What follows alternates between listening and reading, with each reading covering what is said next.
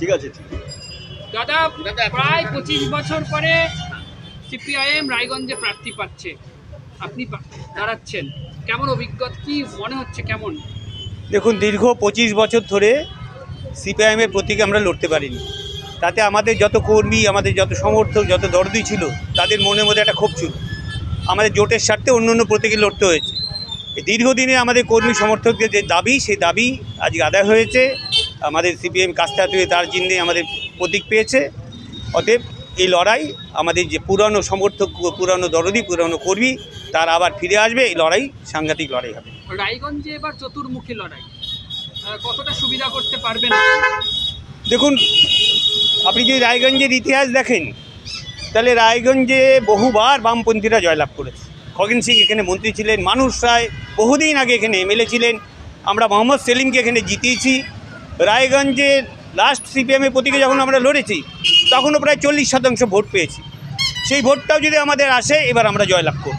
আমাদের পুরনো হারানো ভোট, হারানো কর্মীদের যত উত্তেজনা, উৎসাহিত এবার তারা, যে আমাদের ভোটটা যদি ফিরে আসে, তাহলে আমরা জয়লাভ করব। সিপিএম বলে, বিরোধীরা বলে সিপিএম মহাশূন্যের পথে, শূন্য থেকে এই তকমা ঘুচবে এবার রাজ্য জুড়ে। আপনারা দেখতে পাচ্ছেন রাজ্য জুড়ে তরুণ প্রজন্ম কিন্তু বামপন্থীদের সঙ্গে নেমে এসছে। আরও কথা যেটা, যে গোটা পশ্চিমবাংলায় যেভাবে অপশাসন চলছে, একটা বেকারকে গিয়ে জিজ্ঞেস করুন, একটা শিক্ষিত বেকারকে গিয়ে জিজ্ঞেস করুন, যে রায়গঞ্জে বলুন আর গোটা পশ্চিমবাংলায় বলুন, যে শিক্ষিত বেকারকে গিয়ে জিজ্ঞেস করুন, তারা বলবে বিজেপি সরকার চাই না, তৃণমূল সরকার চাই না। যে আমরা এবার আবার ফিরে আসব, আমাদের প্রথম লক্ষ্যই হবে যে বেকারদের কর্মসংস্থান। যেমন বছর বছর চাকরি হতো আগে, প্রাইমারি চাকরি, হাই স্কুলের চাকরি, পুলিশের চাকরি, বিভিন্ন কর্মচারীদের চাকরি, সে সবার আগে লক্ষ্য হবে যে মানুষের কর্মসংস্থান, শিক্ষার আরও উন্নয়ন, স্বাস্থ্যের আরও উন্নয়ন, এবার সবার আগে আমাদের লক্ষ্য হবে। এটা গেল রাজ্যের কথা, বিধানসভা ওয়ারি আপনার কি লক্ষ্য থাকবে?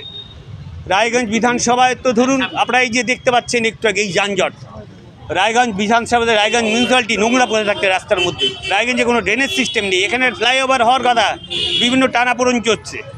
রায়গঞ্জ সবচেয়ে পিছিয়ে আছে স্বাস্থ্যে, শিক্ষায়, আমাদের জেলা সবচেয়ে পিছিয়ে আছে স্বাস্থ্যে, শিক্ষায়, সব কিছু পিছিয়ে আছে। এবার রায়গঞ্জকে আগিয়ে যাওয়ার পাড়া এসছে।